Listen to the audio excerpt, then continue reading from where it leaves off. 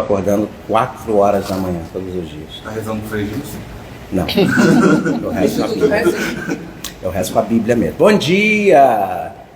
Bom dia, pessoal! Você tava no ar, tá? Eu tô falando aqui que eu tô acordando 4 horas da manhã. Aí o pessoal está rezando com o Frei Gilson? Eu falei, não, eu tô rezando com a Bíblia mesmo. Não, eu acordo. O que eu faço? Acordo, arrumo o meu quarto.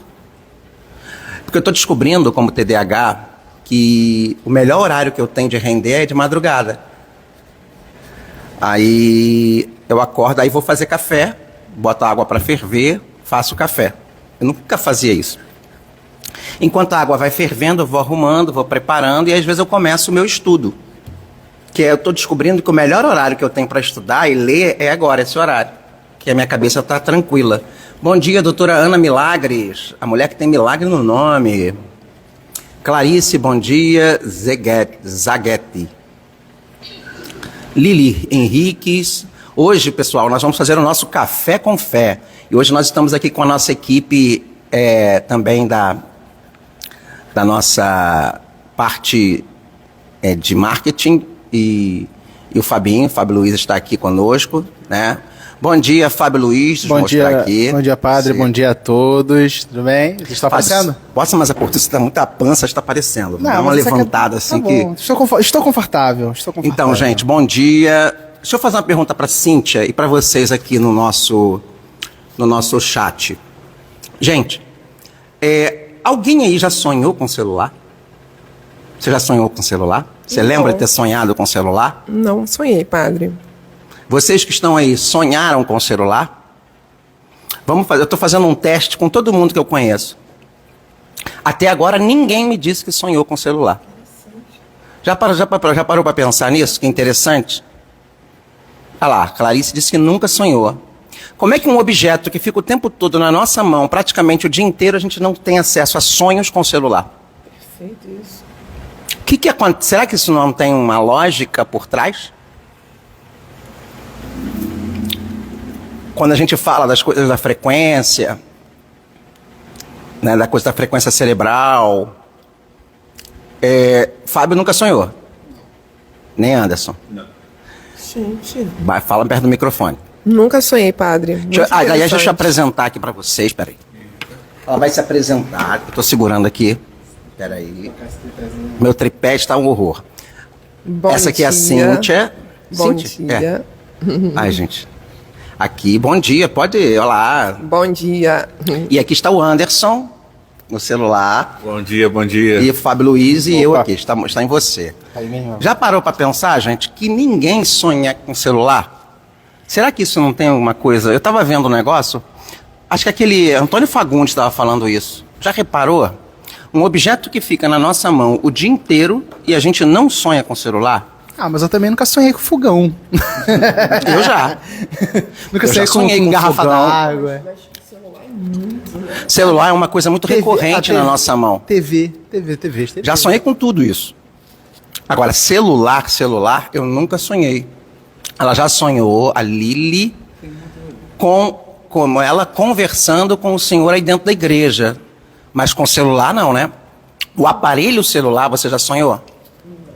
Alguém aí já sonhou com o aparelho celular? Alguém pode responder, por favor? Confesso que eu estou ficando bolado. Oi? Às vezes eu nem lembro do que eu sonho. Eu lembro muito. Essa noite eu sonhei. Eu só não estou lembrado agora. Toda noite a gente sonha. É que a gente não... A gente tem mais a capacidade de lembrar o último sonho. Que é aquele sonho já da manhãzinha. Fábio, eu lembro todos os 3 sonhos, às vezes, que eu tenho. Ave Maria. E um tá ligado ao outro. Ah, não, ainda bem que a minha cabeça desliga. Não. O problema não é desligar, o problema é eu ter acesso pela memória aos meus sonhos. O seu sonho, Fábio Luiz, tem voz? Ah, nem lembro. Tem cor? Cor? Não sei. Você sabe que o meu psiquiatra falou que todas as pessoas que sonham com cor, o sonho colorido, e sonhos com vozes, e sonham dentro do sonho, tem mais tendência de ter habilidades especiais e superdotação. Então eu sou bem normal. Também sou bem normal. Não, você sonha.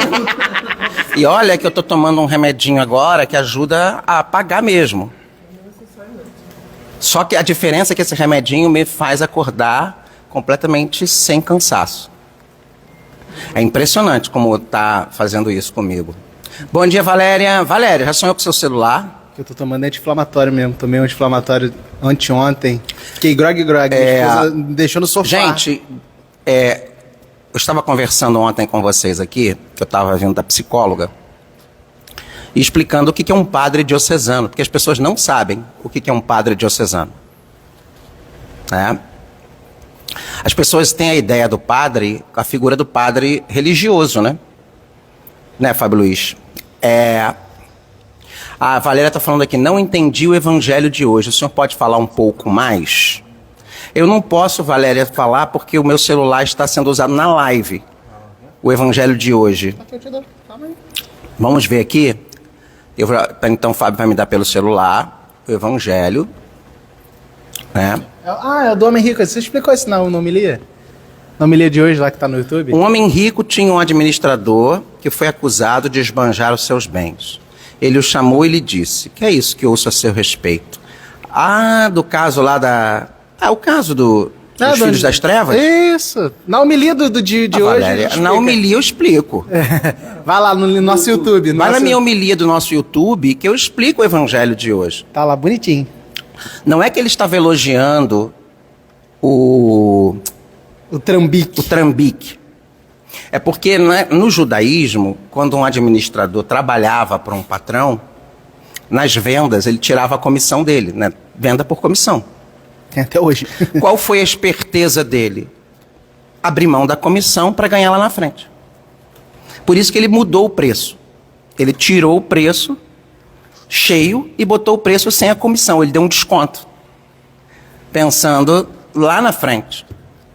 Entendeu? É essa esperteza de saber perder para ganhar. Então ele não está elogiando um trambique. Tá? Ele está elogiando uma atitude de um cara que soube abrir mão de algo que poderia fazer falta para que lá na frente ele pudesse conquistar o cliente. Mesma coisa de duas lojas. Emprego, inclusive. Duas lojas que vendem o mesmo item. Uma tem uma taxa de lucro X e a outra X2. Aí a outra fala assim: não, se eu tirar minha taxa de lucro. Se eu tiro minha taxa de lucro aqui, eu vou ganhar um cliente lá na frente e fidelizo porque ele. Eles já vendiam as coisas com a comissão deles embutida no preço. Fazendo só uma passagem para hoje. Quem é comerciante que está aqui na live, explica. Bom dia, Gina. Pode explicar isso para as pessoas. É simples assim. Valéria, você já teve uma confecção. Você sabe como é que é. Né? De roupa. Você tira o preço e ali essa foi a esperteza elogiada, não foi o trambique. Né? E é isso que às vezes a gente não entende. A gente precisa... Eu me lembro muito de Dom Estevão. Dom Estevão adorava explicar. Tem um texto do Dom Estevão, é um livro chamado Parábolas Difíceis do Evangelho, onde ele explica Deixa eu ver se tem aqui na o significado das parábolas mais difíceis. Qual o nome? Acho que é Parábolas Difíceis, mais difíceis do Evangelho, Dom Estevão Bittencourt. Então, assim, ele explica essa e algumas outras que as pessoas têm dificuldade de entender, mas que você tem que entender a cultura ali da época em que Jesus está inserido. Tá? Páginas difíceis do Evangelho. Dos Evangelhos, Não precisa nem procurar no sebo, nas grandes lojas desse ar. Ainda tem. Tá sendo... A obra de Dom Estevão ainda é vendida. Tem um curso. Tem um curso sobre do Mater Ecclesiae, tem uma apostila do Mater Ecclesiae. Tem. Que também você acha fácil também. Tem na apostila do Mater Ecclesiae, que mais, Fábio? Tem esse livro editado pela Quadrante. Tá mais barato do que a apostila. Deve ser o mesmo conteúdo. É o mesmo conteúdo. Mas ontem eu estava falando sobre a figura do padre diocesano. Você sabe qual é a diferença de um padre diocesano, Cíntia, para um religioso? Não. Eu sou um diocesano, ou chamado de secular. Deixa eu explicar. O secular não tem a ver com secularizado. Ser secularizado é uma coisa, ser secular é outra. É igual o Estado. O Estado, ele é laico, ou seja, ele não tem uma definição religiosa específica. Não professa. Não significa que ele não seja laicista. Ele não deve ser laicista. Ele deve ter pessoas religiosas, mesmo dentro de uma profissão, e plurirreligiosas ali. Só que ela não pode impor a sua religião. Né? E olha que o Brasil, é engraçado isso, né? O Brasil, quando tinha uma religião específica na Constituição, que era o catolicismo, na época de Dom Pedro, ele era bem tolerante e até mesmo permissivo com as outras práticas religiosas. Inclusive, ele recebeu uma vez um rei africano, que na verdade era um grande babalorixá da África pequena, mas que ele era descendente, ele veio escravizado, e ele ganha a liberdade por próprio, e ele foi tratado, recebido pelo imperador como um rei, como um nobre. Foi aquele que deu o trono que pegou fogo lá no museu? Foi. Ele morava ali na atual Gamboa, né, que a gente chama África Pequena. Sim, Pequena África. Pequena África era Gamboa. E Dom Pedro, ele tinha uma tolerância muito grande com as religiões, mas ao contrário da polícia, da corte. Porque a mentalidade de Dom Pedro, né, era uma mentalidade, por incrível que pareça, de diálogo. Diferente do tio dele, Dom Miguel, que era muito louco, né? Aqueles católicos muito... As pessoas não têm noção de como a princesa Isabel também era muito tolerante. Não era à toa que ela ficava onde? Na Inglaterra. Quando ela visitava a Rainha Vitória, era uma corte protestante.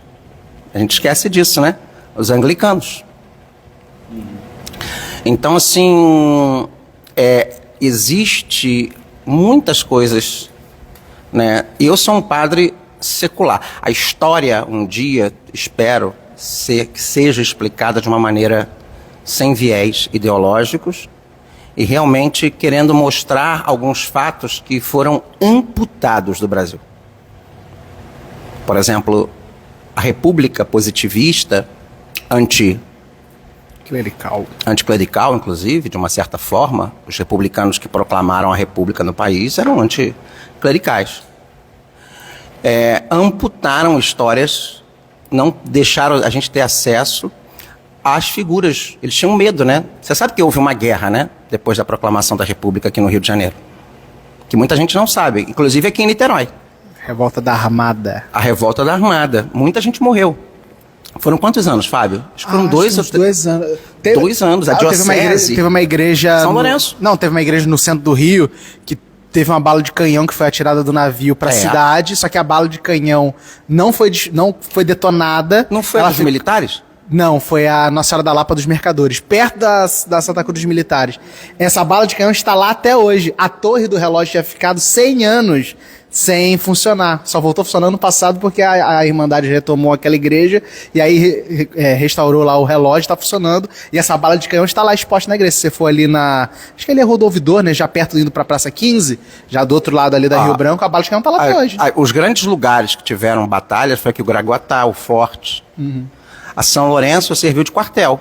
Niterói não deixou de ser capital do estado do Rio? Deixou de ser capital, foi tudo transferido para Petrópolis. Inclusive a diocese. A sede da diocese também foi para lá. A São Lourenço só não foi catedral por isso. Aqui na São Várzea? Lourenço da Várzea, é. Por isso que ela é bonitona? Por isso que ela foi construída para ser essa nova catedral. Uhum. E detalhe, né? O catolicismo do Vaticano só pode ser exercido no Brasil com a República, porque antes era o imperador. Então, assim, tinha o padroado. E aí começa realmente a Santa Sé a dirigir e a deliberar na Igreja do Brasil. E a própria, tipo, por exemplo, o catecismo que era ensinado aqui no Brasil na época de Dom Pedro, ele era um catecismo muito francês, muito jansenista, na verdade. Esse catolicismo, como dizia na época, né, ultramontano, ou seja, que estava mais ligado a Roma, foi só com a República. Tipo, se eu fosse perguntar assim, Fábio, qual é o seu governo, a forma de governo melhor? Não é a forma presidencialista que a gente tem aqui hoje. Mas a gente tem que se dobrar aos fatos de que, para a igreja no Brasil, essa separação entre Estado e igreja foi muito boa para o próprio desenvolvimento da igreja. Da igreja. Inclusive... Ela não dá com as suas próprias pernas. Inclusive, ela começa a adotar muitas medidas, muitos documentos. Por exemplo, por que tinham muitos maçons na igreja? Porque podia. Na época do Império. Mesmo já com a proibição do Papa, Papa, o imperador falava assim, isso aqui não vale aqui não, hein? Não vale aqui e não valia. Então, assim, existe um desconhecimento muito grande. O pessoal está falando aqui dos franciscanos, mas, por exemplo, vamos lá. Aqui, quem praticamente, depois que o Pombal expulsou os jesuítas, quem forma o Brasil são os jesuítas, juntamente com os franciscanos que chegam. A paróquia de Cabo Frio, que é a primeira paróquia do Brasil, de 1501, fundada por Américo Vespúcio, cuja primeira sede da paróquia era na África. A sede era lá? Oh, que capela distante, hein? A primeira paróquia do Brasil é Cabo Frio, 1501. Tem 523 anos a paróquia. Longe. Depois que foram construídos, que vieram para cá. Depois dos jesuítas, juntamente com... Quem foi que celebrou a primeira missa no Brasil? Foi um frade franciscano. Então vieram os franciscanos. No ilhéu da coroa vermelha. Lembra que eram aquelas ordens missionárias. Os jesuítas, na China, com São Francisco Xavier, os jesuítas na Índia. Chegou aqui logo depois de ser fundado, né? E aqui primeiro vieram os franciscanos. Lembra da história de Santo Antônio, que eu estava contando? Dos capuchinhos, não, dos franciscanos que foram para o Marrocos e voltaram mortos, mártires. E aquilo fez Santo Antônio. Então, o hábito dos franciscanos era ir a locais desconhecidos. Até então, desconhecidos. Então, depois de um tempo jesuíta, quem assume Cabo Frio, ainda lá no século XVI, são os franciscanos. E eles ficam em Cabo Frio até o final da década de 80, início da década de 90 do século XX. Caramba! Quando a diocese assume a paróquia. Então, por exemplo, até o início do século XX também, Saquarema tinha sido toda construída pelos carmelitas. Maricá, os espiritanos. Nós tínhamos verbitas aqui em Niterói também. Nós tínhamos espiritanos, verbitas, franciscanos, jesuítas. O que mais? Depois vieram os missionários do Sagrado Coração, onde estão hoje aqui no Santuário das Almas, os franciscanos das 3 ordens, o AFM, aqui na Porciúncula, que é ligado ao convento Santo Antônio, os capuchinhos, que tinham ficado na paróquia de Nossa Senhora das Graças, em São Gonçalo, e aqui no Santo Cristo, e a ordem do OFM, né, dos frades menores, que é a ordem original, praticamente, que fica até hoje em Araruama, onde temos um convento de Clarissas, lá uma clausura, e ficava em Silva Jardim. Aos poucos, as ordens foram entregando. Depois, nos anos 80, veio para cá, a última grande ordem que veio para cá foi os Palotinos, que reeducou, que remontou, que ressuscitou a paróquia de São Sebastião de Itaipu. Você esqueceu de falar de uma grande congregação que tem aqui em Niterói, sua grande presença? Qual? Salesianos de Dom Bosco? Não, assim, por que eu não falei dos salesianos a princípio? Porque, na verdade, não era para eles virem para cá. Eles iam para o Rio. Eles vieram para cá porque teve uma peste lá na região do Jacaré, onde depois eles fundaram aquela casa. Sim, que não é mais deles também. Que eles venderam, inclusive. Então, eles saíram e vieram para Niterói por causa de uma doação da chácara da fazenda Santa Rosa. E, obviamente, aqui é a primeira casa no Brasil salesiana. A primeira missão salesiana, ela chega aqui em Niterói. Fez 150 anos, acho que ano passado. Mas assim, no Rio, então, no Rio de Janeiro, nós temos os lazaristas, os redentoristas, nós temos tantas, os próprios espiritanos, os verbitas. Enfim, aí a ideia do padre que a gente tem é qual? No nosso inconsciente. É o padre religioso. O gordinho, velho, gordinho, a estrangeiro, que fala assim, os beneditinos, gente, desculpa. Claro, chegaram aqui vendo início. Também aqui em Niterói, nós temos um campo chamado Campo de São Bento. E não tem mais beneditino aqui? Não. Só em Campos, dos Goitacazes e no Rio. Os carmelitas, nós só temos do ramo feminino aqui em Niterói, da Arquidiocese, em Tanguá. E masculinos, acho que só no Rio. Nem sei se é no Rio. Eu nem sei se é no Rio. Muitos daqueles institutos ali, hoje são prédios públicos e até particulares, foram conventos. O convento do Carmo ali, nós tínhamos o convento do Carmo, tínhamos o convento da Ajuda, ali onde hoje é a Cinelândia. Que era feminino. que era feminino também. O convento da ajuda foi pra Vila Isabel, né? Ele existe, mas aquele histórico foi destruído. Foi destruído. Mas assim, então nós temos a ideia do padre diocesano. Por exemplo, eu não faço voto de pobreza. Eu não consigo, não tenho vocação. Nenhum padre diocesano faz voto de pobreza. Na verdade, nenhum padre diocesano faz voto. Nenhum Faz padre promessa. diocesano faz voto. Não faz voto. Eu não faço voto de obediência. Tem certos bispos que querem que a gente, padre diocesano, obedeça a eles de maneira de voto. E não é assim. A promessa de obediência não é que a obediência religiosa não é a obediência do voto. Que é qualquer coisa eu tenho que pedir. Submissão. Um religioso, ele tem que pedir tudo. Sim. Né? Ele não pode, por exemplo, ter conta própria. Não. Um franciscano. Meu tio não tem. Quer dizer, ele tem uma conta própria, mas não é tipo de... Pra quem não sabe, peraí, Fábio, explica pro seu tio. Por exemplo, meu tio, ele é padre Pera só um religioso, instantinho, né? fala. Missionário do Verbo Divino.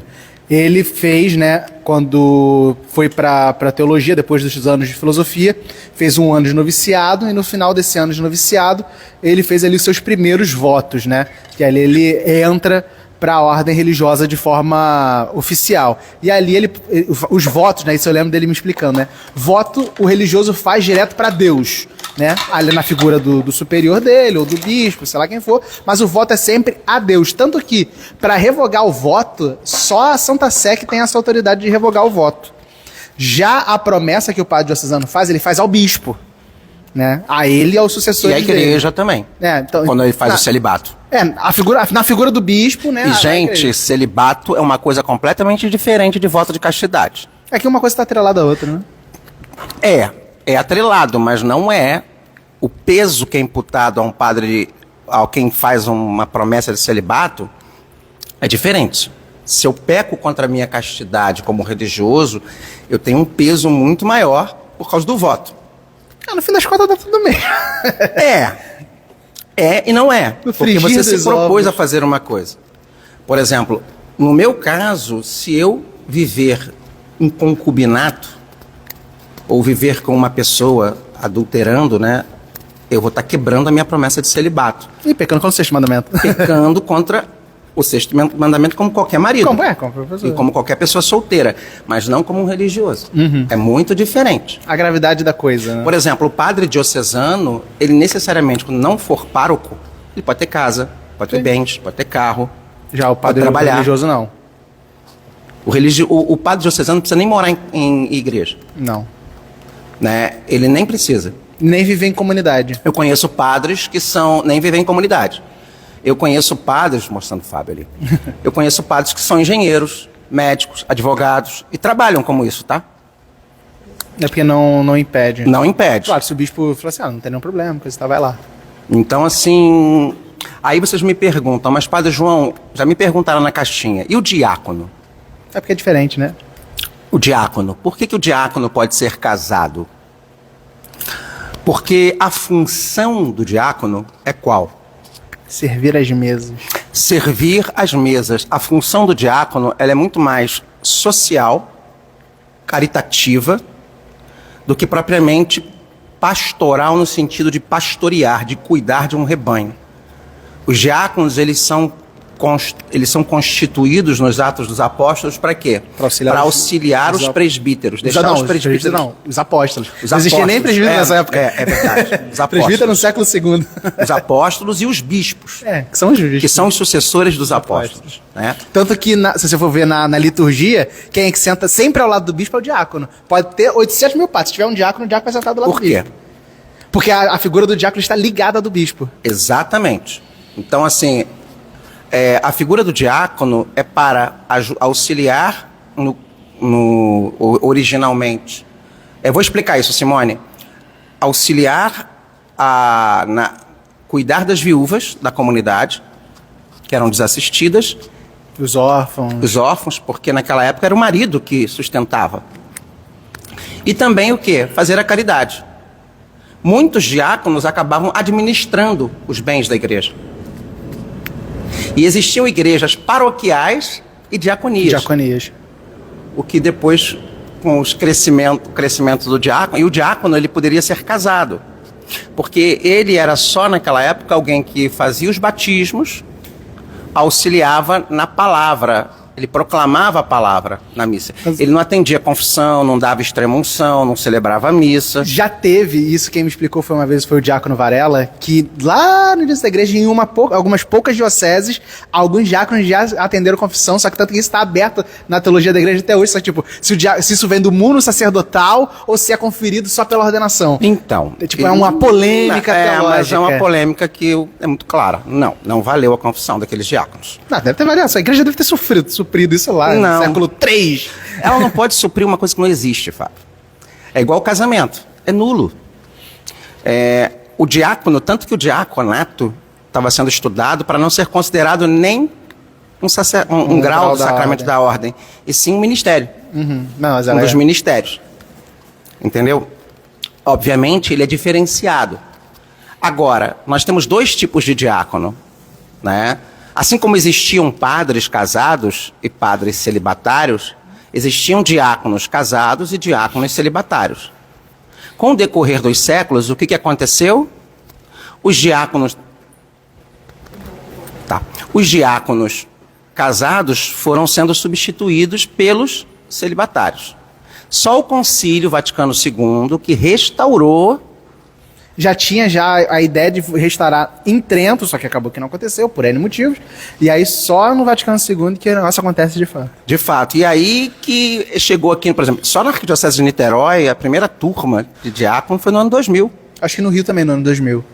Para você ver, o concílio terminou em 62. Não, 65. 65. Só chegou no ano 2000. Olha quantos anos levou de preparação para o diaconato permanente ser uma realidade. Então, a primeira coisa que eles foram colocando, ministérios. O MESC, da Sagrada Comunhão, é um desses que supre a função dos diáconos permanentes. Daí tinha também aquela questão de subdiaconato, tinha outros ministérios. Então, assim, porque eram vistos como ordens menores. O pessoal deve estar meio boiando, assim, mas vocês estão entendendo? E existe o diácono transitório. O diácono transitório, na verdade, ele é aquele que se prepara para a ordenação presbiteral. Apesar de que eu continuo sendo diácono. Sabe então, que no sínodo... No sínodo foi aventado... Tá pra mim ou tá pra padre? Tá pra você. Não, vira pro senhor.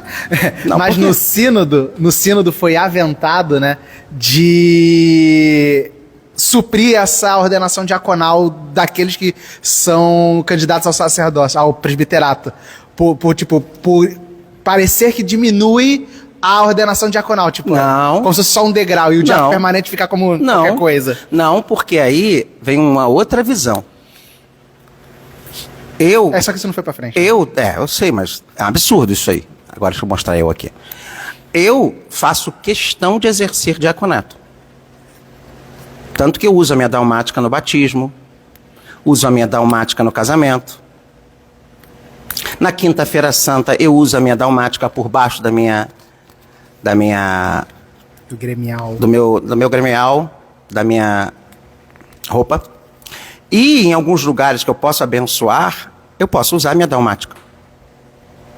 Eu posso diaconar. Eu não quis diaconar, mas eu posso diaconar os padres. Servindo, claro que a minha estola de padre por baixo, mas a dalmática e servindo como diácono, na missa. Tanto que o bispo, né? O bispo ele pode usar, por exemplo, eu já vi isso do Dorani, ele usa. Você vê que muitos em ordenação os cardeais são diáconos. Em ordenação, o Dorani ele usa a casula, aí a dalmática por baixo. Mas isso aí é por causa do pontifical. E da plenitude. Ele quer mostrar a plenitude sacerdotal. Então ele usa os 3 graus. Mas assim, eu sou padre e continuo diácono, tá, gente? Alguém tem alguma pergunta aqui pra gente? Eu acho que é importante. Porque assim, as pessoas acham, talvez, que nós... Eu estava falando ontem, Padre Marcelo. Que Marcelo? Rossi. Rossi. Ele pode fazer o que ele fez. Ele é diocesano, ele é secular, ser cantor. Sim. Entrar... Ele é porque assim, a ideia é que as pessoas não são acostumadas... Qual é a diferença de irmão e padre? Já vou explicar, tá, Sônia? O Padre Marcelo, ele é um padre diocesano. Então ele pode exercer, por exemplo... Ele pode até cantar músicas que não sejam religiosas, mas que... Parabéns, Vânia Paula Parabéns. Claro, que o Senhor te abençoe no dia de seu aniversário, que Deus a abençoe rica e abundantemente. Então, assim, o Padre Marcelo, ele pode ser cantor, ele pode cantar outras músicas. O pessoal caiu de pau no Padre Fábio de Mello, coitado. É porque tinha uma época que ele era religioso, né? Ele se ordenou como religioso. Não, mas quando ele foi ser cantor, e aí temos que entender também uma coisa. A congregação que o Padre Fábio de Mello pertencia. Pertencia, desculpa, ele está agora na Canção Nova. Não, ele é da Diocese de Taubaté. Não, mas ele voltou para... Não, encardinado é Diocese de Taubaté. Sim, mas ele está cedido à Canção Nova pela Diocese. Ah, tá. Assim, a ideia dele... Porque a congregação... Ele buscou uma congregação que é o dos deonianos, que tem como carisma também o canto. Tanto que é o Padre Zezinho, o Padre Joãozinho, o nosso falecido, finado, maravilhoso Padre Léo, todos cantores. E deonianos. Deoniano. Então, o padre sempre quis viver essa vocação de músico. E como diocesano, ele pode fazer isso, ele pode ir no programa servir. Ah, mas o padre, as pessoas não estão acostumadas a ver o padre artista. Não é que o padre é artista, ele é um sacerdote no mundo. Isso soa muito na cabeça das pessoas, porque as pessoas têm essa cabeça do padre aonde? Numa igreja, num convento, ou religioso. Não aquele padre na mídia. Então, assim, você vê que os padres que têm mais credibilidade atualmente são quem? São padres que usam roupas de religiosos. Uhum. Frei Gilson usa aquele hábito. Isso é maravilha. Isso é o grande, vamos dizer, marketing do inconsciente do sacerdote. É porque é meio que fala por si, né? Então, assim, antes dele abrir a boca, já sabe quem ele é. Então, assim, não é que o padre é secularizado. Às vezes ele é padre, mesmo andando com uma roupa normal. Ele tem que ter uma postura e ser reconhecido como padre. Claro que São João Paulo II pediu que os padres seculares usassem as roupas clericais. Essa aqui, por exemplo, não é uma roupa católica. Vocês sabiam disso? Essa na verdade, é uma adaptação. É uma adaptação protestante. Esse colarinho, tanto que eu chamo de colarinho romano. Romano, a gente chama de... É uma roupa, uma vestimenta protestante. Não, aquela que só parece quadradinho é protestante. Também protestante. As pessoas não sabem disso. Então as pessoas têm uma ideia, porque o Padre João é um padre de mentira, porque ele estava no carnaval, no mundo do samba. Mas eu era padre. E lá eu era reconhecido como sacerdote. Tanto que eu ia lá exercer, não o trabalho de um folião, não é lá me divertir. Eu ia lá servir. E mesmo se fosse também não teria problema nenhum. É uma questão que é uma outra... Pode falar. É uma questão até mesmo assim, que questiona, né?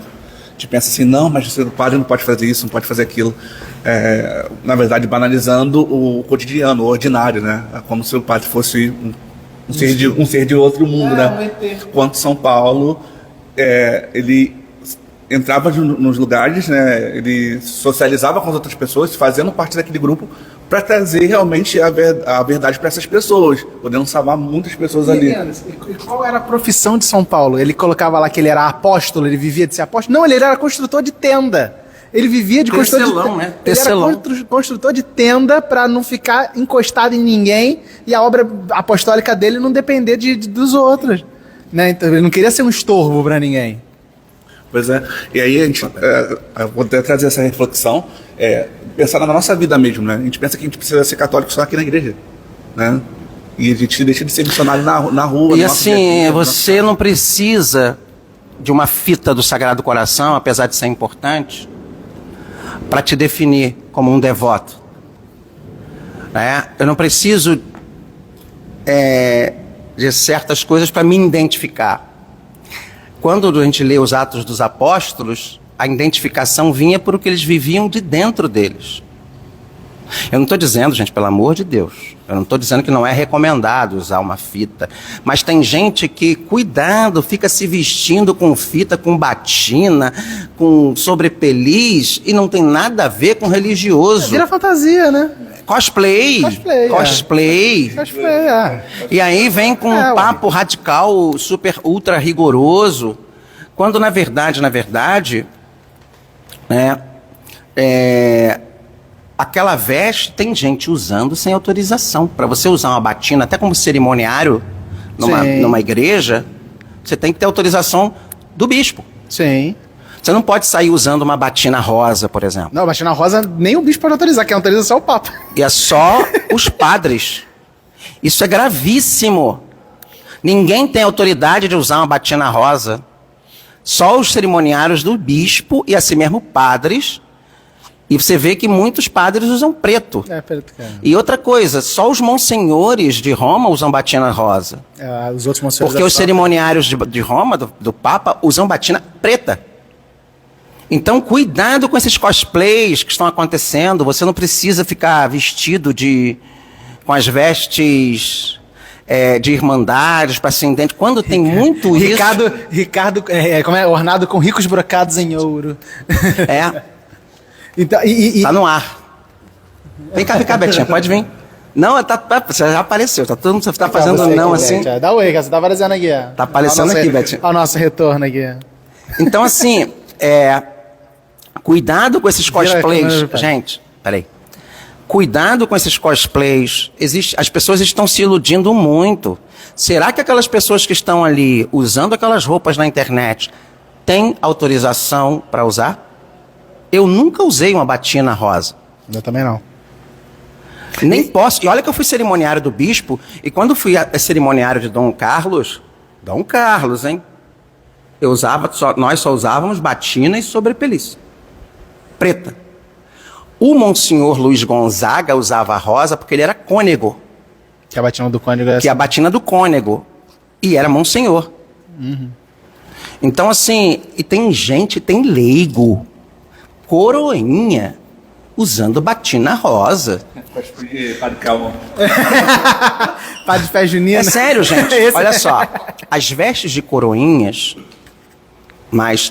a veste tradicional do coroinha, que é o acólito, né? É a túnica branca. Quando não, aquela batina vermelha. A batina vermelha com a sobrepeliz branca, ela vai... as pessoas nunca me perguntaram sobre a história disso. Né? Ela é usada a partir do momento em que São Carlos Borromeu, que celebramos agora na segunda-feira, ele cria os seminários, o lugar que os seminaristas eram formados nas paróquias. Quando eles saem, os meninos do coro assumem as funções, e a roupinha deles era batina vermelha e branca, para diferenciar das batinas dos padres. Por isso a palavra coroinha, porque eram meninos do coro que acabam assumindo a função litúrgica não só de cantar, como de servir, e serviam com essas roupas. Uhum. Agora, é por isso que se tem a tradição. Mas a roupa mesmo tradicional sempre foi a alva. Não, na Europa é a alva. Com símbolo e ameto ou túnica. Né? Branca, porque representa o batismo. Agora tem um fervor aí, uma coisa... O Papa Francisco não vive falando disso, de um certo clericalismo. Tipo, tem um clericalismo por parte do povo e uma laicização de alguns padres. Tipo, tem padre que quer ser mais povo que o povo e esquece a sua dignidade sacerdotal. Temos que ter muito cuidado com isso. E tem povo que quer ser mais padre que o padre. Então, assim, aí acaba acontecendo... É engraçado, porque para não dar confusão na cabeça das pessoas, porque o diácono permanente, que é casado, ele pode usar batina. Pode.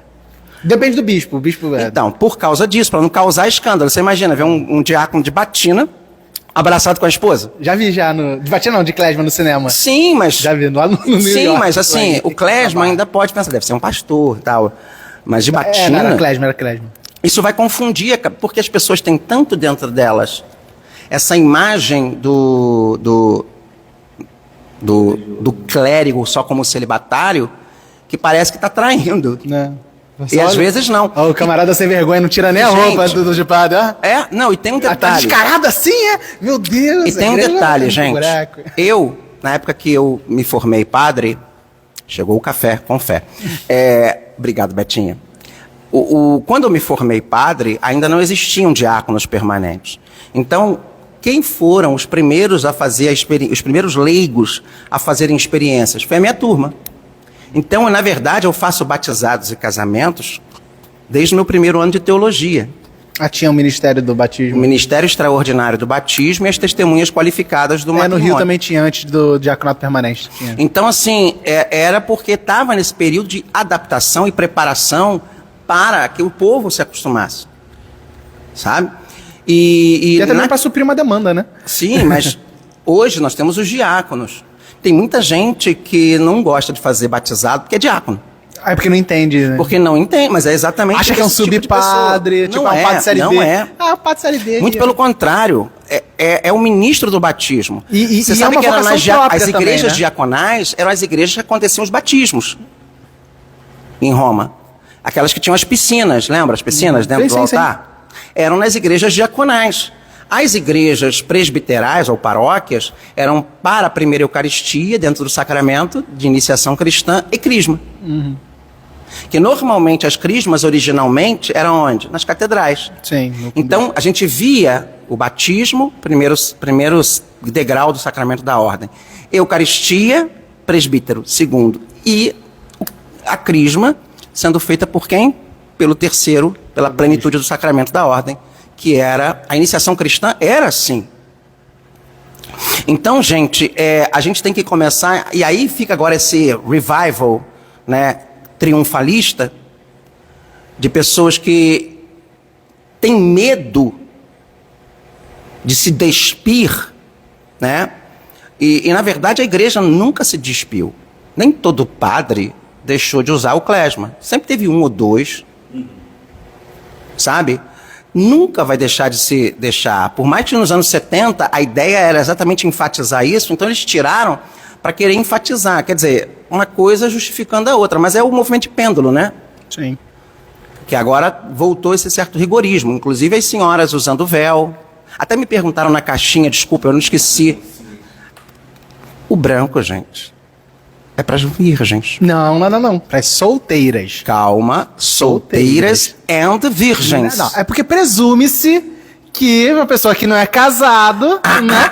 Presume-se. Fábio né? Luiz. Presume-se. Fábio Luiz. Na verdade, nunca teve uma ordenação Fábio de cores. Luiz. Eu pesquisei. Teve. Não, obrigatória não. A viúva e a mulher casada usam preto. Preto, mas por costume. Tanto que na Coreia a pessoa usa Tanto lá que até as hoje branco, só solteiras branco. usam creme, não branco. Ah, isso aí é pegando no pé de... O que é usar usa? Uma Tá vez, tudo tinha uma bem. mocinha aqui na missa, Saca. gente. Não, Calma aí. Tudo bem, quem quer usar, usa. Mas tem que tomar cuidado. É identidade e verdade. Uma coisa fazia parte da minha identidade, ou seja... Se você quer usar véu e não é virgem, gente, eu não tô nem aí se você é virgem ou não é. Mas se você não for virgem, por favor, usa creme. Mas também não adianta usar o véu, usar qualquer coisa, assim, um paramento seja... E não ter a verdade, também não sei de verdade, né? Uma vez tinha uma menina que veio aqui, essa eu vou contar, peraí. Uma menina veio aqui com um véu na cabeça, mas o peito, o decote muito... com o peito de fora. O que eu fiz? Peguei o véu da cabeça e falei, minha senhora, me desculpa, eu tenho todo o respeito do seu véu na cabeça, mas olha os seus peitos de fora, então vamos tampar o peito com o véu da cabeça. É porque também, como do concílio pra cá, perdeu-se esse costume, por exemplo, quando meu tio teve na Coreia, né, ele me contou lá, e eu já tinha visto isso, né, que lá na igreja da Coreia tem esse costume até hoje de todas as mulheres usarem... mamãe usa, nunca deixou de ter, Fábio, é esse que é o problema. Tipo, nunca se A mamãe tem desobrigou, o né? véu dela até hoje lá em casa guardado. Mas a questão, tipo, que eu vi, que o Anderson falou, é verdade. Tipo, tem muita gente que está nesse revival, e aí se quer usar, não usa, o problema é de cada um, mas é de o uso da coisa ser levantar bandeira.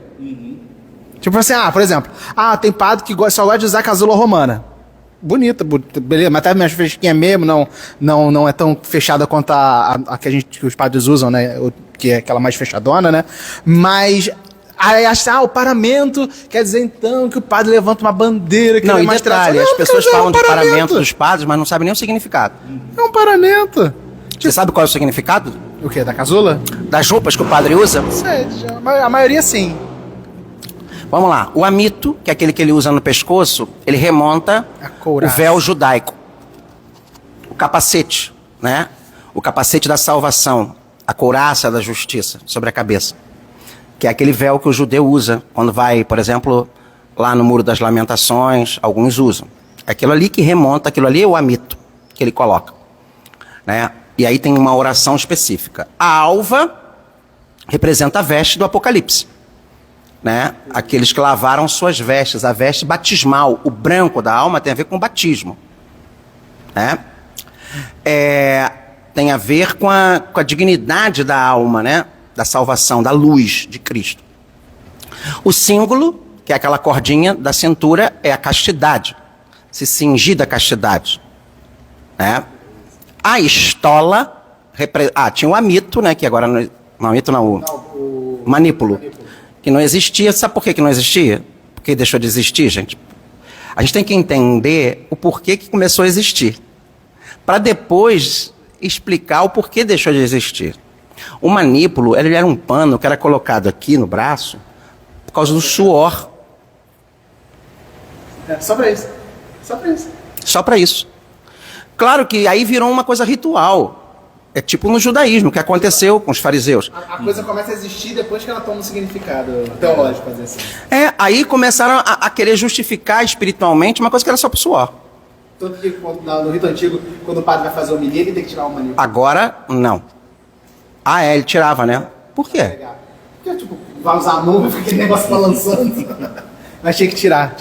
Só voltava a colocar na hora da liturgia. Aí vinha a estola. A estola representa o óleo do salmo, que cai da cabeça de Arão. E a autoridade. E representa o poder constituído pela unção. E aquela casula que está por cima É a caridade. representa a caridade, ou seja, o poder tem que estar sempre revestido da caridade. Nos Estados Unidos eles deturparam isso, eles meio que botaram a estola por cima da casula. É muito coisa de protestante, de luterano, de anglicano. Mas na verdade a simbologia é essa. E gente, eu não estou lendo nada não, isso aqui é da minha formação. E isso aqui, qualquer pessoa básica, por exemplo, aquela roupa, né, como é que é o nome? Por que a sobrepeliz, aquela roupinha branca por cima da batina, você conhece a história dela? Ela é uma alva mais curtinha, né? O que aconteceu? Super pellice, sobre a pelica. Nos invernos europeus, as batinas eram de pelica. Então elas eram maiores. Sabe aquela roupa que você usa por cima de um sobretudo, por exemplo? Uma roupa mais pesada. Mais pesada. Então a alva que ficava sobre a pelica, que era a batina de inverno, ela ficava curtinha. Porque tinha muito pano. E aí, na época do barroco, aquilo foi diminuindo, virou aquela roupa que a gente usa. Lá quando a gente esteve em Roma, né? Quando a gente foi peliz. Quando a gente foi na igreja... Quando a gente foi na igreja de São Lourenço, né? Aí tinham lá os paramentos pra usar, né? Eu não usei a minha sobrepeliz que eu tinha. Eu usei que tinha lá na igreja, porque ela era bem... tipo, do final dessa época. Porque ela era bem curtinha. Não era porque o meu tamanho era grande. Era porque ela vinha, tipo, sobrepeliz normal, ela vinha até aqui no braço, né? Aquela, ela vinha até aqui. Ela vinha até aqui no joelho. Era de um estilo diferente. Eu falei, vou usar. Eu nunca vou usar uma dessa de novo mesmo. Vou usar a que tem aqui. Não, assim... E, gente, vou te falar... Deixa eu mostrar a foto aqui. Padre João, mas rezar em latim é tão bonito, é lindo, como é católico, é a oração da igreja. Primeiro lugar, o Concílio Vaticano II jamais aboliu o latim. Tá lá, sabe? Aquela roupa que eu uso na hora que eu estou segurando o Santíssimo. O véu humeral. O véu húmero quer dizer o quê? Ombro. O ombro. É o véu sobre o ombro. Eu toco no mistério. O que é, Fábio? A sobrepeliz lá, né? A sobrepeliz do Fábio. Deixa eu mostrar aqui, Fábio. Deixa eu virar para você mostrar a foto. Eu de casula romana lá, ó. Quando a gente chega mais perto aqui, porque eu de casula romana, porque era uma casula da igreja, e Fábio com essa... Aí atrás, gente, dessa foto, é o túmulo de São Lourenço. E na frente era o Papa Pio IX? Era o Pio IX. Era o Beato Pio IX. Né, que estava sepultado... Não. A gente estava na frente do túmulo de São Lourenço e atrás do túmulo o corpo, né, do Papa... de costas para ele. Tá de costas. Então, assim, o pessoal está perguntando aqui, o véu humeral é aquele véu que a gente coloca para segurar, para tocar no Santíssimo. Né, para tocar no ostensório. Ostendere. O que significa ostensório? Levantar, mostrar. De ostentar. Ostentar, mostrar. Para quê? Para afirmar a nossa fé que ali está na Santíssima Eucaristia o corpo sacratíssimo e o sangue preciosíssimo de Jesus. Porque tinha certos seitas que começaram a pôr dúvida nisso. Então a igreja começa a erguer, tanto que na missa antigamente não se erguia. Depois, com os cátaros, depois das heresias, foi se criando esse hábito para se mostrar valdenses, cátaros. As pessoas têm que entender que tem uma história por trás de cada gesto que a gente tem hoje. Oi, Anderson, peraí. Sobre o véu humeral. Até algo, uma dúvida e algo interessante para levantar.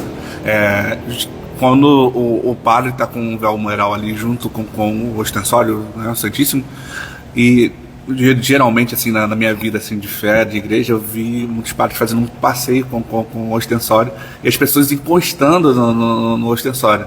E ficava sempre aquela dúvida: como que um leigo pode encostar se o padre tá com véu? Não faz sentido. Aí eu deixo essa bomba aí para o senhor responder. Fica à vontade. Isso é muito simples. Lembre-se que o véu humeral também pode representar os mantos que as pessoas jogavam sobre Jesus no Domingo de Ramos, para o rei passar. Claro que tem essa ideia do tocar, né? Mas ali existe o manto onde eu, na verdade, não toco diretamente em Jesus. Só que hoje a gente esquece que a gente toca diretamente nele. Quando? A gente comunga. Até na mão mesmo. Até na mão. Então acabou se tornando o véu humeral um objeto de respeito, de devoção, de reverência à realeza de Jesus, né? Porque o rei, por exemplo, antigamente, não se esqueça que nós usávamos luvas, tá? Mesmo aqui no Brasil, um calor da... Mesmo no Brasil, no calor, os bispos, primeiro, até os padres numa época, depois os bispos. Só os bispos. Por último foram só os bispos. Né? Tanto que tinha todo um ritual para o bispo entrar, se vestir, que é esse protocolo aí do cerimonial dos bispos. Mas assim, então hoje se vê que se você toca em Jesus comungando, por que você não pode colocar a mão? Né? Uma explicação que eu ouvi... E tem gente que toca no manto, não toca em Jesus, porque se acha indigno. É como a hemorroísa, né? Quem? Como a hemorroísa. A hemorroísa ela toca na orla do Evangelho, ela toca na orla do manto. Vamos lá.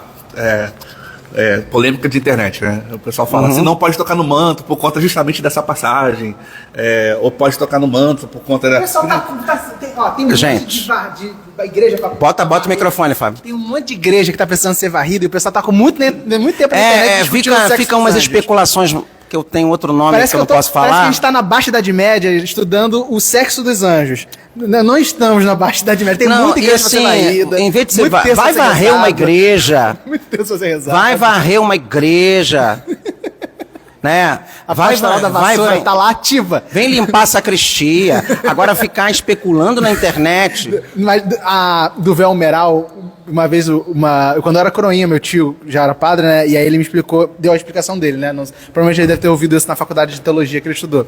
Que era também uma questão simbólica de...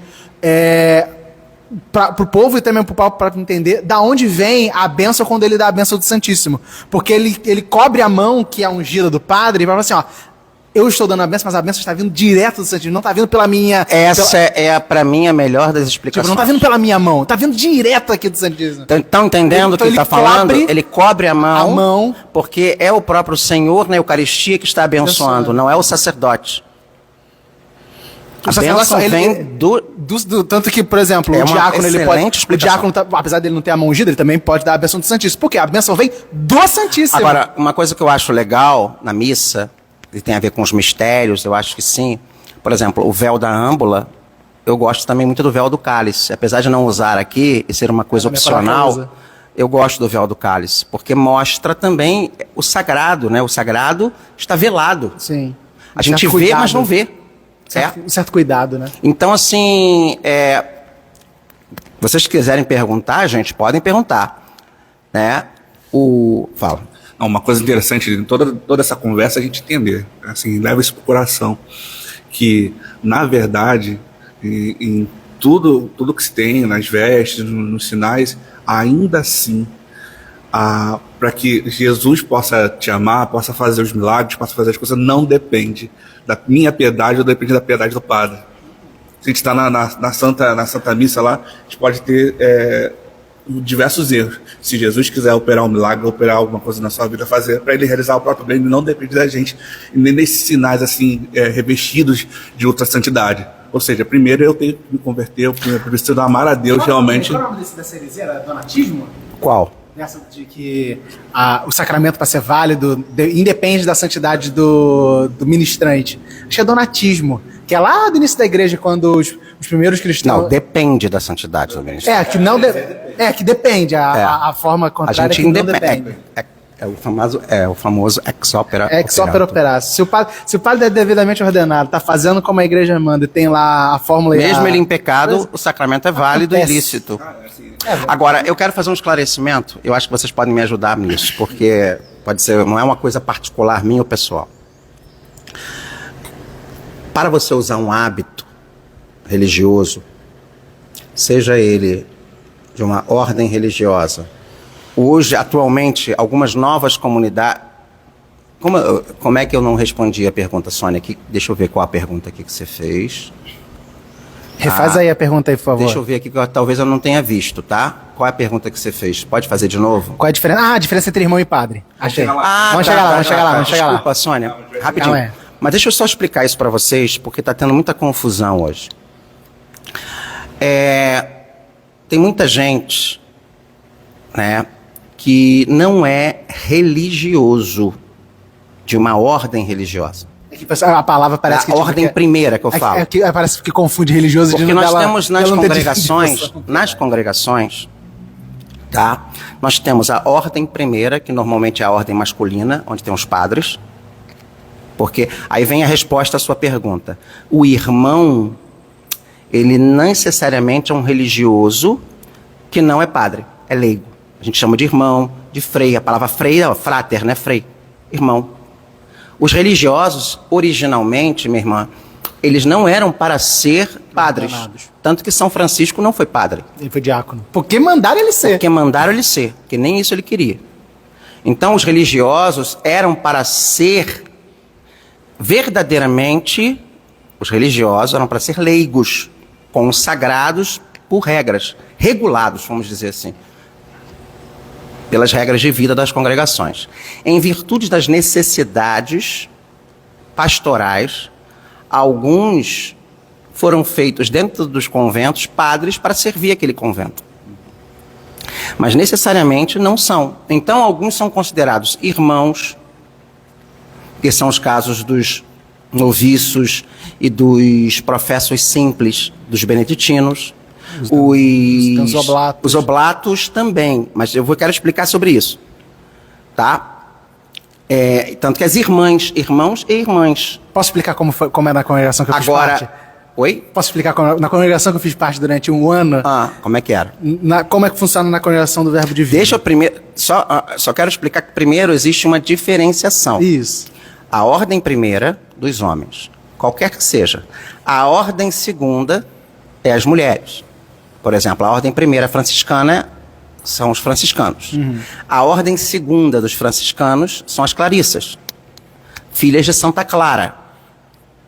Os beneditinos, a ordem primeira são os beneditinos. A ordem segunda, as beneditinas, sob inspiração de Santa Escolástica, irmã gêmea de São Bento. E existem as ordens terceiras, que não são como a ordem primeira. Eles fazem um voto, eles fazem uma preparação, mas eles não são equiparados, em alguns casos, não são equiparados à ordem primeira.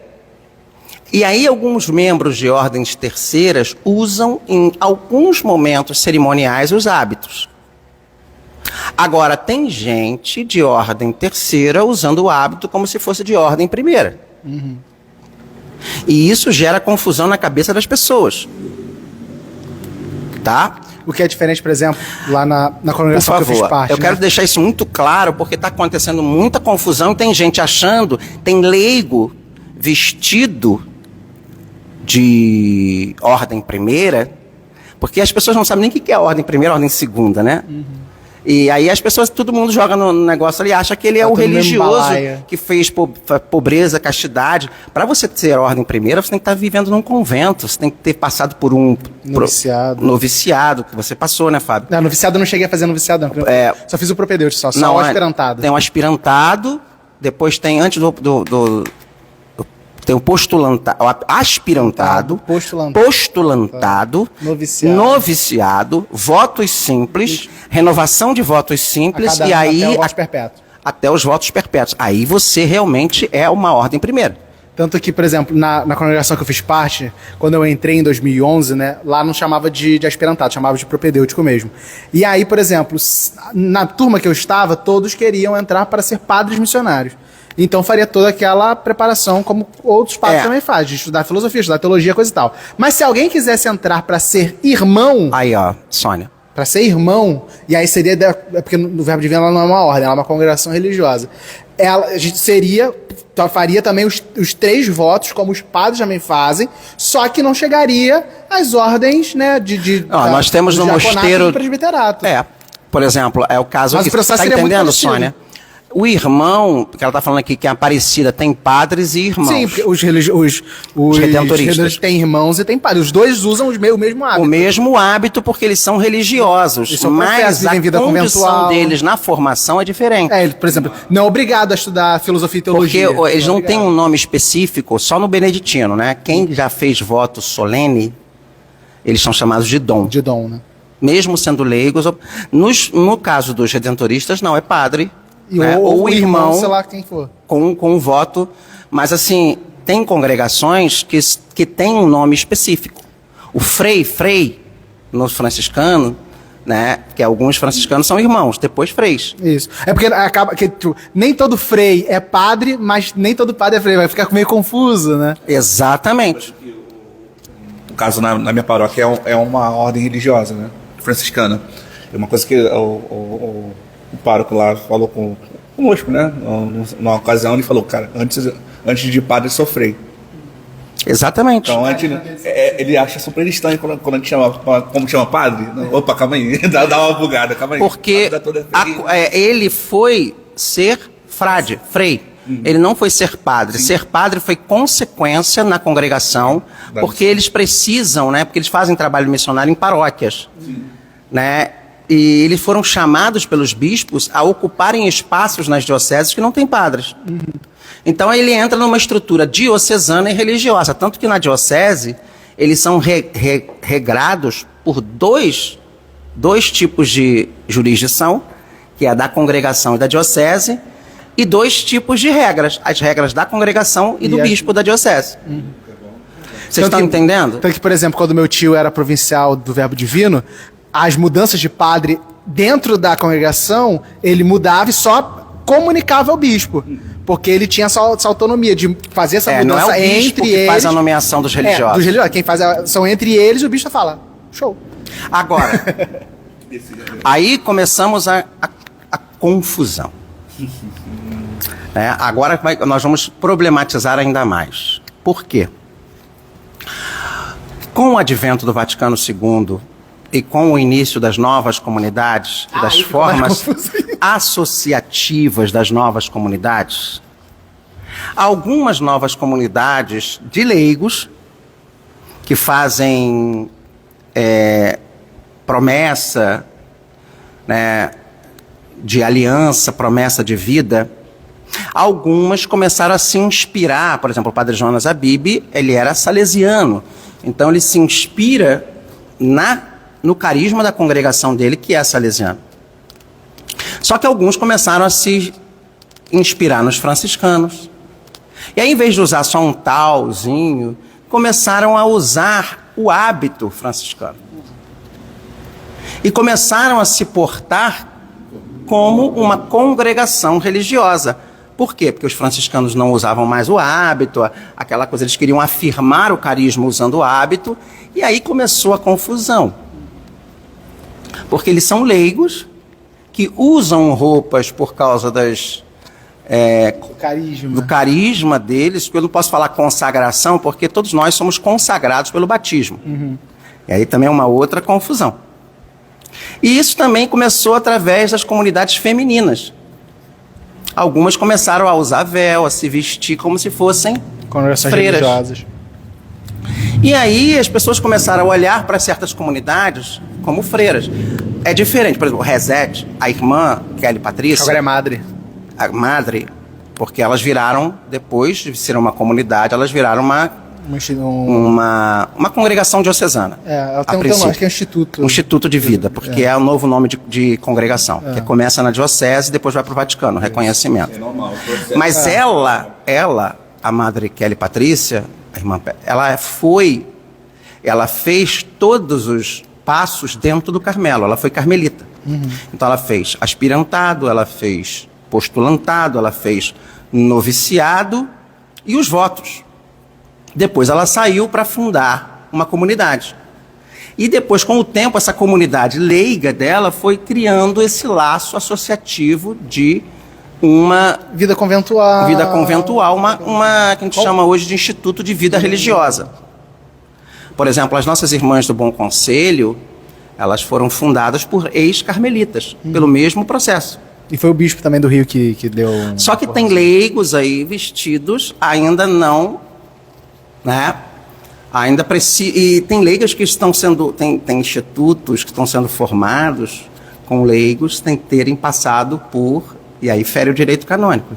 Existe um direito canônico para o religioso, sem passar por um postulantado, sem passar por um noviciado. Então, por exemplo, se eu recebi aqui um carinho, aconteceu alguma coisa comigo lá com Deus, eu falei assim, quero começar aqui um instituto de vida. Você vai ter que procurar uma ordem religiosa, vou ter que procurar para fazer isso. Vai fazer todo esse caminho para depois montar. O certo é isso. O que está na letra fria da lei. Na letra fria da lei. Só que a coisa está começando a tomar uma outra proporção. E aí tem leigo. Isso eu não sabia. Eu cheguei nessa fase do... Essa aula de direito canônico você não chegou a fazer. Não fiz. Você deve ser direito canônico 4. Eu fiz até o 2. Então, por exemplo, a Toca de Assis, ela começou como uma comunidade. Sim. Aos poucos, eu não sei o que aconteceu, se ela foi se tornando um instituto de vida. Eu não sei nem como estão hoje. E nem sei como é que estão hoje. Como é que tá, gente? Eu não sei. Por exemplo, a Canção Nova tem padre, mas tem lá os leigos e cada um vestido. Sim, mas você vê que não tem uma definição de um instituto de vida. É uma comunidade, como a Shalom, como a Canção Nova. É que tem muita comunidade nova dessa, porque ela até mesmo não se enquadra nas coisas que o direito canônico tem. Então fica uma coisa meio híbrida. Tipo, alguns querem ser como religiosos, aí não são. Aí outros querem ser como não sei o que, e são. Então, e aí cria-se a confusão canônica hoje. Uma coisa que a gente tem que levar em consideração que isso também é um processo. A igreja, ainda está. E a igreja ela é mais tocante, ela está se envolver lá dentro. Exatamente. O tempo da igreja não é o meu, que amanhã eu viro assim e decido alguma coisa. Não. Agora você imagina, hoje, na internet, a gente tem pessoas que não são católicas, que se vestem com hábitos católicos. Né? Nós temos pessoas de outros ramos, de outras denominações. Algumas oriundas, por exemplo, temos a Igreja Brasileira. Dentro da liberdade religiosa do país, tipo, você faz o que você quiser, né? Mas assim, nem todo mundo que está vestido de padre... É padre. É padre. Por exemplo, tem um padre na Rádio Tupi, que ele se diz, inclusive, exorcista. Sim. Ih, você já não... Aquele padre, ele é oriundo de uma igreja evangélica, que eu me lembro, nos anos 80, 90... esse padre, ele não é da igreja, não é da Arquidiocese do Rio, não é católico. Nem da brasileira, acho que ele é. Não, ele era de uma igreja que foi fundada por um tal Bispo Prudêncio, que nem sei se está vivo, que se vestia de bispo, mas era um pastor.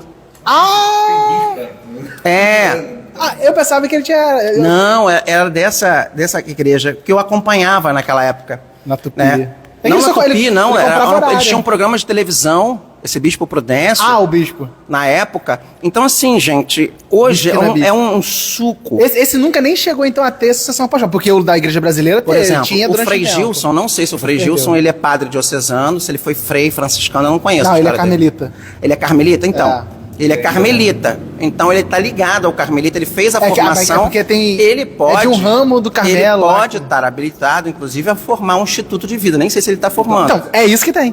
Então, mas não é dele, tipo... Mas a obra, no caso do Frei Gilson, é um outro Carmelo. Onde ele tá Então ele é oficial. Sim, ele não Agora, saiu.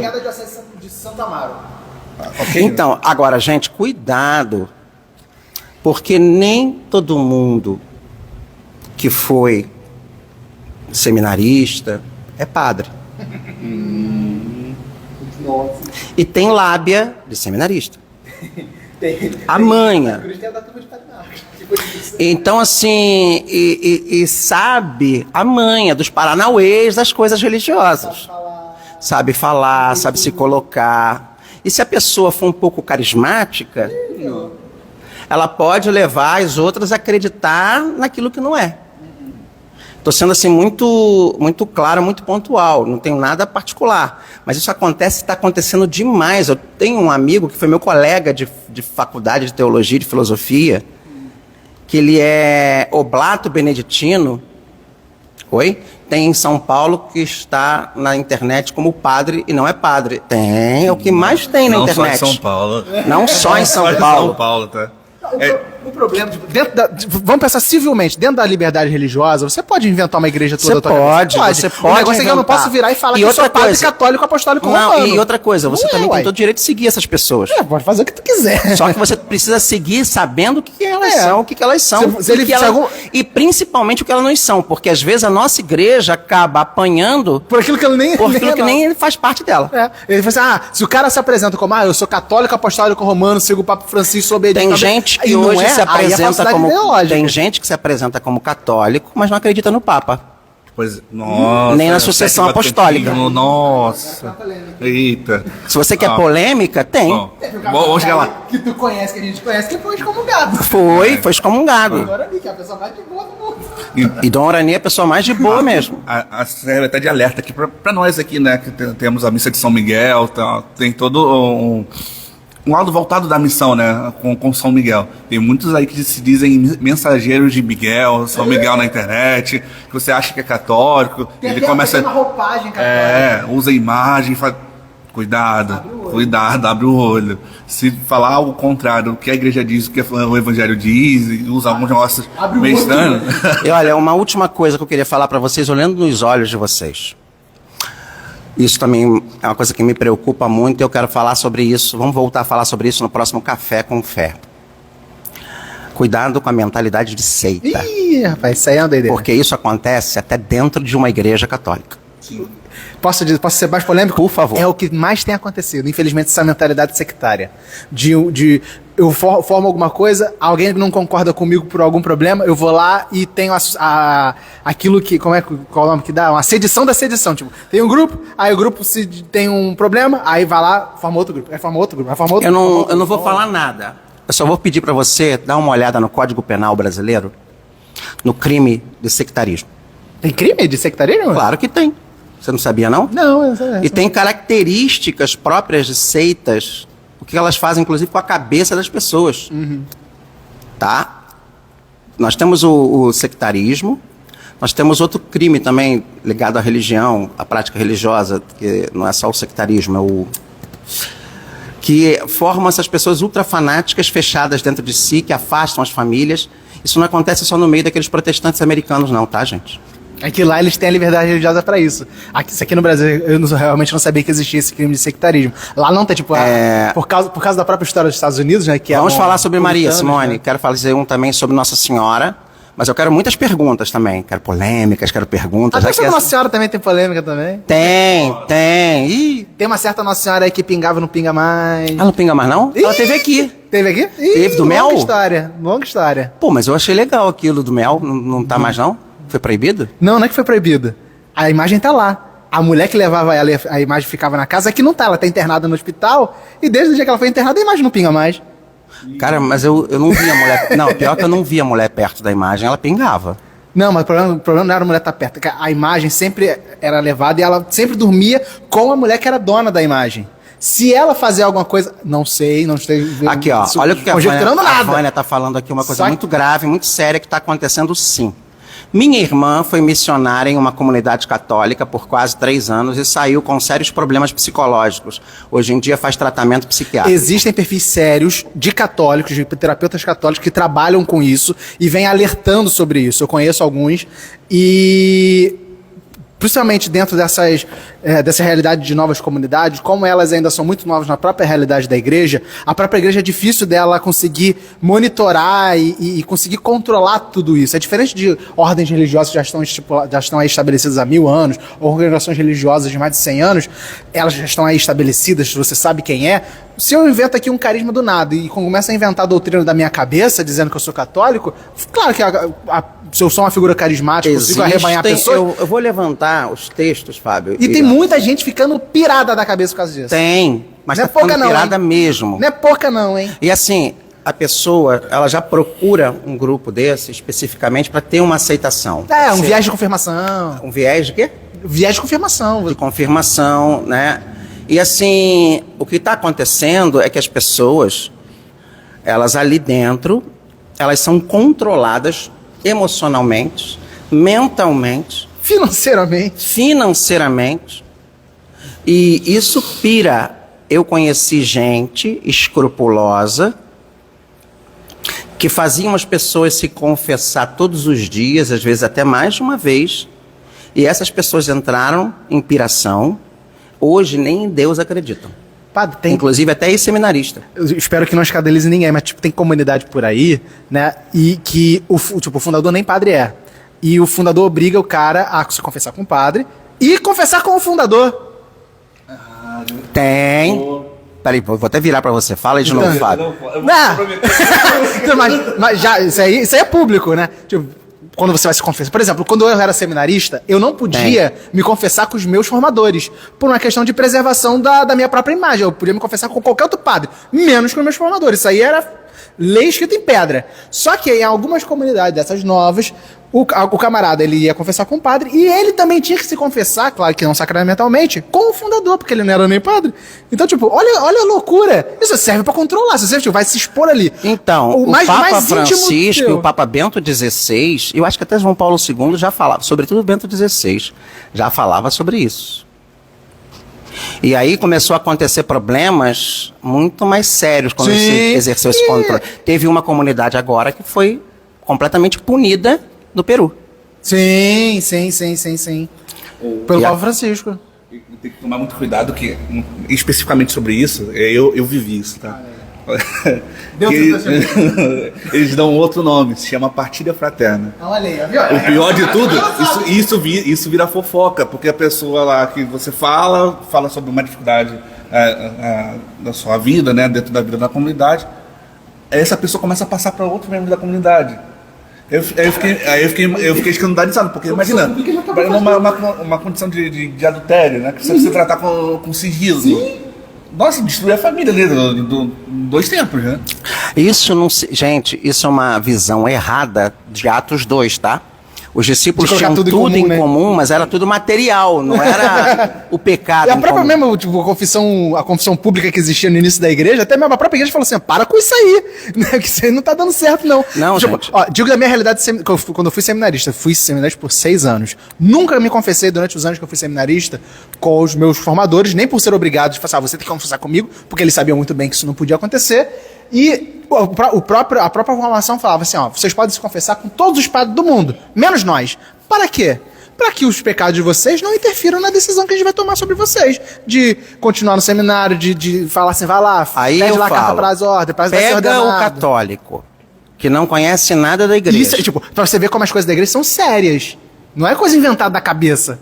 Aqui, ó, tem um sobrinho assim, viveu numa comunidade de outra região e hoje é ateu.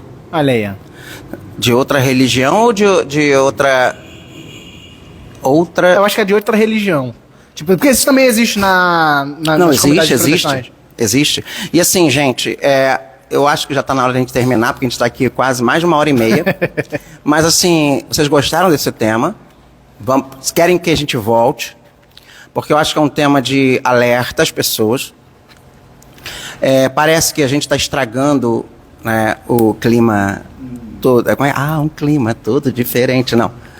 parece que a gente está estragando as coisas, muito pelo contrário, a gente está alertando, né? Precisa orar também por isso, né? A gente precisa orar. Fala no para não virar microfone aqui. fofoca, né? A nossa atitude como católicos, como O Papa santos, Francisco vem falando sobre isso. O Papa Francisco ele não está preocupado em acabar com a tradição. Ele está preocupado com as pessoas que estão se utilizando de uma tradição para ser sectário. E isso é muito sério, tá? Você pode tanto ser uma pessoa que se utiliza da religião, instrumentaliza a religião para uma ideologia marxista ou progressista, como também você pode ter o outro lado do pêndulo, que é se utilizar de uma tradição e de ter um poder doutrinal e destruir as pessoas. Eu quero meu ajuda no curso de CPC que estou fazendo. Eu comecei há pouquíssimo tempo. CPC é o curso de pastoral catequética, catequista. Mas aí a ajuda que você pode ter, eu espero que seja presencial, tá, Simone? Não virtual. Né? Mas a gente vai... eu acho que é muito importante eu esclarecer isso para as pessoas. E até mesmo... As pessoas estão ficando reféns. Essas pessoas... Gente, existem psicopatas dentro das igrejas. Existem narcisistas dentro da igreja. Tem gente, né? Eu sei, Fábio, mas assim, existe pessoas que manipulam a religião. Né? Você tem que estudar, inclusive hoje em dia, a figura do psicopata, a figura do narcisista. Tem a figura do borderline. Não é borderline? Vocês sabem o que é uma pessoa borderline? Você já teve um dia que falou isso. É aquela pessoa que se coloca totalmente na mão do outro sem necessidade de... Tem pessoas assim. A nossa igreja, Jesus veio para os doentes, não veio para... E tem gente que é manipulador. Eu já fui vítima de manipulação. Por mais inteligente que a gente seja, né? O manipulador, o psicopata, por exemplo, e aí eu indico muito o livro da doutora Ana Beatriz Barbosa, ele não tem empatia. Ele vai tirar seu dinheiro. Vai separar da família. Vai te separar da família. Olha aqui, o Júlio está falando aqui. Não, vocês estão certíssimos. Há pessoas que se utilizam de uma religião já estabelecida para fazer manipulação de mente. Sim. Gente, existe em tudo que é lugar, né? O Fábio falou uma coisa que é verdade. Gente, mas cabe a gente a alertar. Sim. Eu já fui vítima, como padre, porque pessoas manipularam a minha vulnerabilidade, manipularam a minha imaturidade. E quanto mais imaturo a gente é, mais vulnerável a gente se torna. Posso dar um exemplo de um modus operandi? Isso a gente estava falando de questão de comunidade, coisa e tal, mas na própria realidade paroquial, algumas pessoas podem até passar por isso e nem percebem. A igreja orienta, não é nem manda, orienta que a gente se confesse com o nosso pároco, para ter essa proximidade de ovelha e pastor, coisa e tal. Orienta. Só que você pode confessar com qualquer parte do mundo. Se eu quero me confessar, eu moro em Niterói, quero me confessar em Santa Cruz, tu pode fazer isso, problema nenhum. Mas já vi, e o próprio Papa já alertou isso em algumas catequeses, de que você não, tipo, se o pároco você tem que confessar aqui comigo, tipo, obrigando. Não é obrigado. Não é obrigado. É uma orientação e você faz se quiser. Não existe paroquiano do padre ou da paróquia. É o território. Dono. Não é dono. Então, por exemplo, se você já ouviu isso, tipo, você tem que confessar comigo. Não tenho. A igreja orienta. Eu conheço uma piada, mas não posso contar. Não, mas... A própria confissão tem que tomar cuidado com o confessor também, né? Porque muitas vezes a partir do conhecimento que a gente entende realmente o que a igreja pede. A própria confissão é um negócio tão sério, mas tão sério que o segredo de confissão, né? Quando o padre revela o segredo de confissão, isso é pena de excomunhão. Hoje em dia, até insinuar numa homilia, no direito canônico, isso pode gerar para o padre... Há tempos atrás a gente ouvia, tipo, já ouvia, tipo, o padre falando, tipo, eu creio que na inocência, tipo, já ouvi em confissão fulano falar, tá. Aí, tipo, o padre tá lá 20 anos na paróquia, ouve a confissão de todo mundo da paróquia. Agora, aí vai lá, tipo, você precisa de uma pistazinha, você já descobre quem é o cara.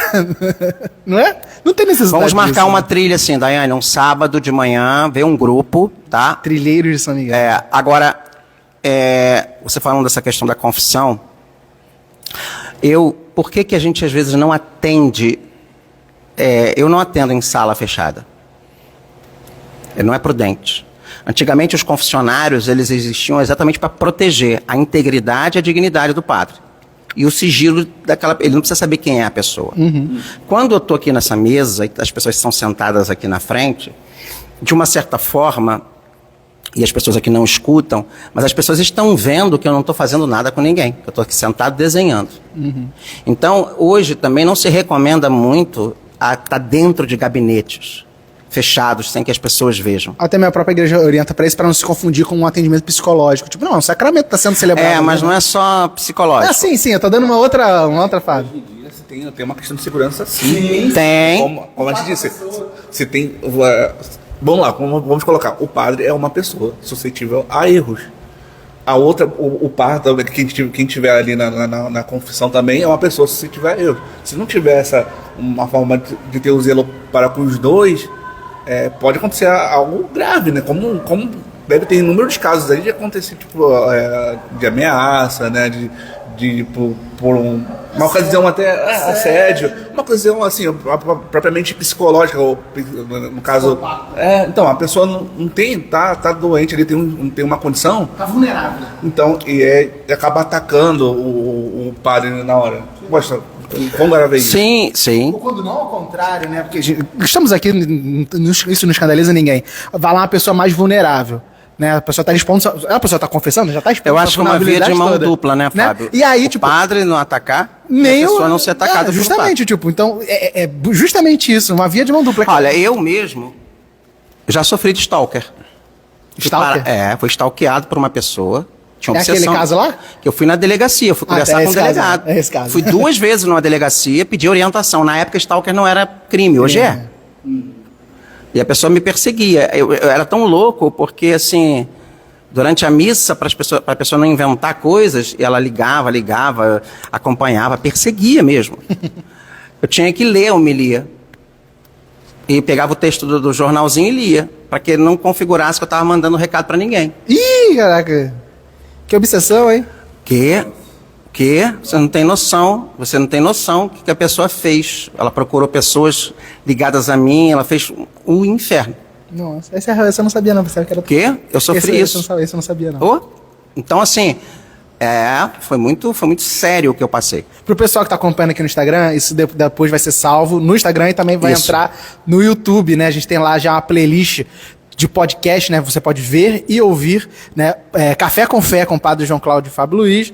Está lá, Fábio Almeida. Tá lá no Hoje YouTube. Com a participação de Anderson está aqui também com a gente. Gente, quero agradecer a todos que ficaram aqui até agora. Espero que o papo tenha sido esclarecido. Vai ficar aqui gravado, tá? Daqui a pouquinho vai pro YouTube. Vai pro YouTube também. Você cortou o outro editor, né? Aquele outro que você mandou pro YouTube? Eu só tirei um pedacinho do início. Tá, mas dá uma olhada, isso acontece em todas as religiões, não é só na Igreja Católica, tá? É o ser humano. Eu quero agradecer a sua participação, tá?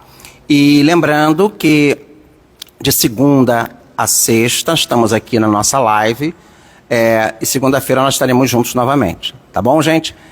Vou dar uma bênção final, terminando aqui essa sexta-feira super. Sextou, bebê. O Senhor esteja convosco. Ele está no meio de nós. Pela intercessão da bem-aventurada e sempre Virgem Maria, pela intercessão de São José, do Arcanjo São Miguel, abençoe-vos o Deus que é todo-poderoso, Pai, Filho e Espírito Santo. Amém. Fiquemos em paz, tá? E que o Senhor vos acompanhe. Tchau, tchau. Bom final de semana.